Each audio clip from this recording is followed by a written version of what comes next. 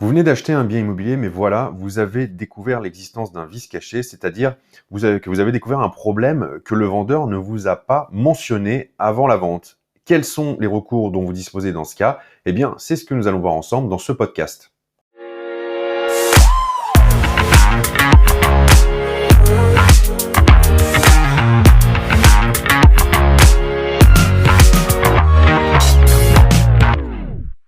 Bonjour et bienvenue dans ce nouvel épisode. Je m'appelle Julien Loboda, je suis investisseur immobilier depuis 2012 et dans ce podcast, je vous aide à créer votre liberté avec l'investissement immobilier.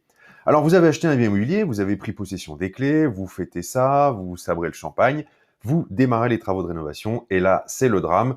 Vous découvrez un problème qui ne vous a jamais été mentionné par le vendeur, que ce soit volontaire ou pas.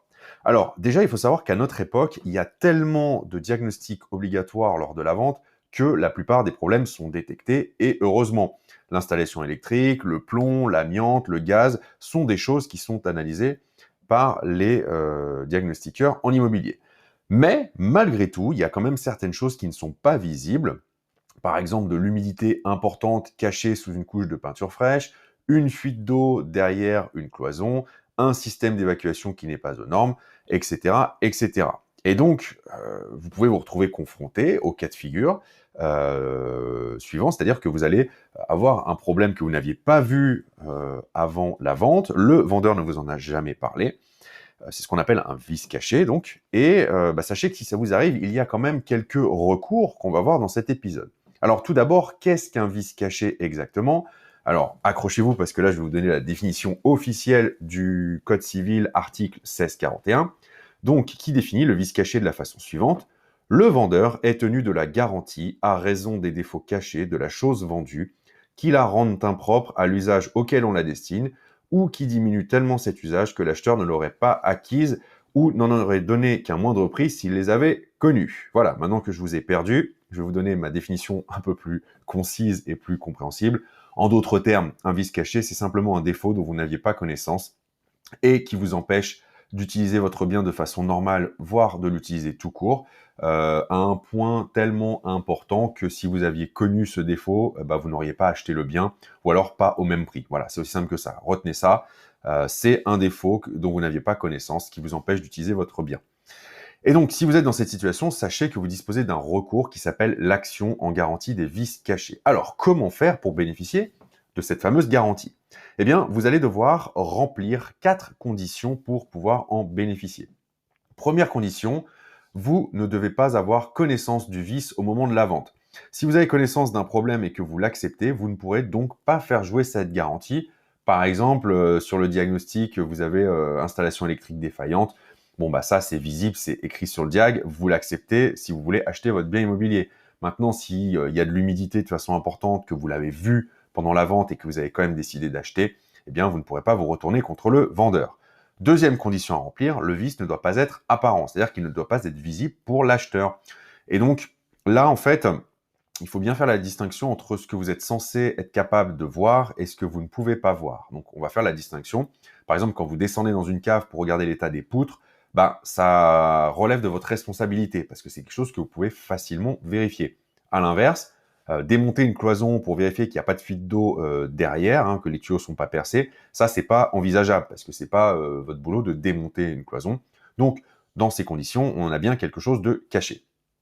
La troisième condition à remplir, c'est que le problème, il doit dater d'avant la vente. Et donc, vous pouvez faire appel à un expert pour constater le vice et pour constater l'antériorité. L'expert, en principe, doit être capable de dater approximativement le début de ce vice. Et enfin, le vice doit diminuer ou rendre impropre l'usage du bien, à tel point que vous ne l'auriez pas acheté ou pour un prix beaucoup moins important si vous aviez eu connaissance de ce problème. Donc là, c'est clair, le vice ne vous permet pas de profiter normalement de votre bien immobilier. Et si vous aviez eu connaissance de ce vice, eh bien, soit vous n'auriez pas acheté, soit vous auriez proposé un prix beaucoup plus faible. Alors, quels sont vos recours en tant qu'acheteur? Eh bien, il faut savoir que vous disposez de 2 ans à compter de la date de la découverte du vice pour lancer l'action en garantie des vices cachés. Donc, dans un premier temps, le plus simple, c'est d'adresser une lettre recommandée au vendeur pour essayer de résoudre ça à l'amiable. Et s'il n'y a pas de réponse, alors vous pouvez saisir le tribunal judiciaire. Il faut savoir que si le vendeur est un professionnel, cette garantie est obligatoire parce qu'on considère que le vendeur avait connaissance des vices, ou en tout cas on le suppose, justement parce qu'il est professionnel, donc il est censé connaître parfaitement le bien qu'il va vous vendre.